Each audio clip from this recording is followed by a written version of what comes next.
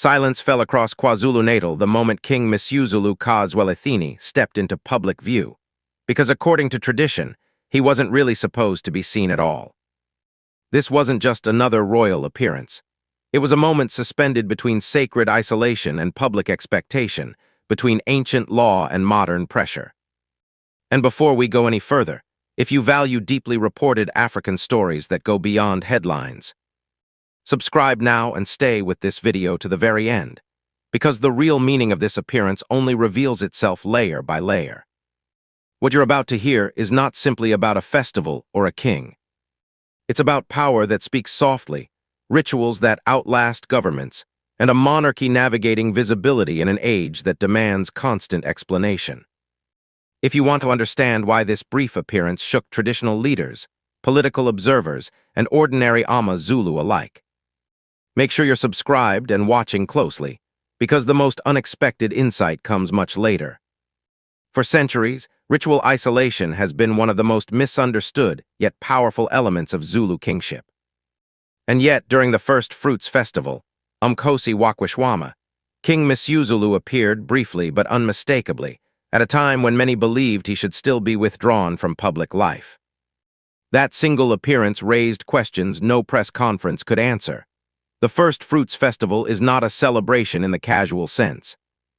It is a recalibration of the nation's spiritual calendar, a ritual that binds land, people, ancestors, and king into one moral rhythm. Traditionally, the king's presence is both symbolic and restrained. When King Misuzulu emerged amid ongoing ritual isolation, it created a powerful contradiction, one that demanded interpretation rather than explanation.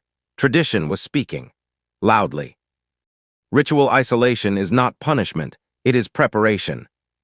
During this period, a Zulu king is believed to be spiritually vulnerable, undergoing rites that cleanse, fortify, and align him with ancestral authority.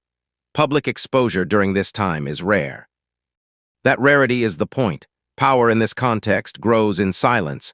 When Misuzulu appeared, it wasn't a break from tradition, it was a signal within it. Context matters, always. What made this appearance even more striking was its timing. The First Fruits Festival marks renewal, restraint, and legitimacy. Crops may not be eaten before the ritual. Authority may not be exercised carelessly. By appearing during this sacred window, the king wasn't asserting dominance. He was acknowledging continuity. A king does not rush rituals, he inhabits them. Observers outside Zulu custom saw confusion. Some even whispered crisis. But within traditional circles, the reaction was more measured. Elders understood that visibility does not always equal accessibility. Sometimes a king is seen precisely so he does not have to speak. Presence can be the message. Silence can be policy. This moment also landed against the backdrop of ongoing debates about King Misuzulu's reign, questions of succession, recognition, and unity within the royal family.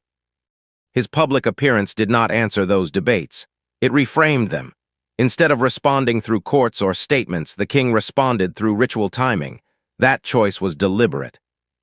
There is a tendency to view African monarchies through modern political logic.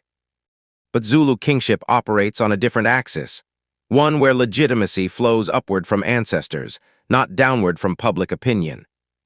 The First Fruits Festival is one of the few moments where that axis becomes visible. Briefly, power breathed, then withdrew. For younger Amazulu, many of whom live online and far from rural homesteads, the image of their king appearing amid ritual isolation carried a different weight. It was a reminder that tradition is not frozen. It moves carefully. It adapts without announcing itself. Culture survives not by shouting but by enduring. Historically, Zulu kings have appeared during sensitive ritual periods before. Each time it coincided with moments of transition, political pressure, internal consolidation, or external misunderstanding. King Misuzulu's appearance fits that historical rhythm. Patterns repeat. Quietly, what also stood out was what did not happen. There was no speech. No decree, no clarification. That absence unsettled commentators accustomed to constant messaging. But in traditional governance, restraint is a form of strength. Words are used sparingly. Meaning is carried by timing. The First Fruits Festival itself has long served as a mirror for the health of the nation. When it proceeds smoothly, It signals alignment between leadership, land, and people. King Misuzulu's controlled visibility suggested continuity rather than disruption. Stability doesn't always announce itself.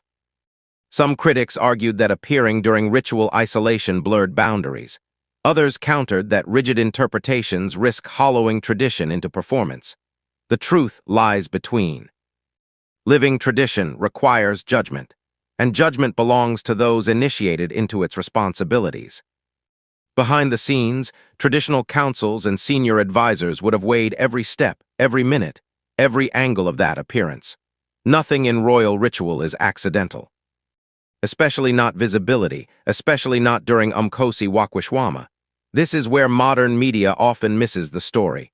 Cameras capture the moment. Tradition interprets the meaning. A king appearing does not mean a king is available. It means he is acknowledged. There is a difference.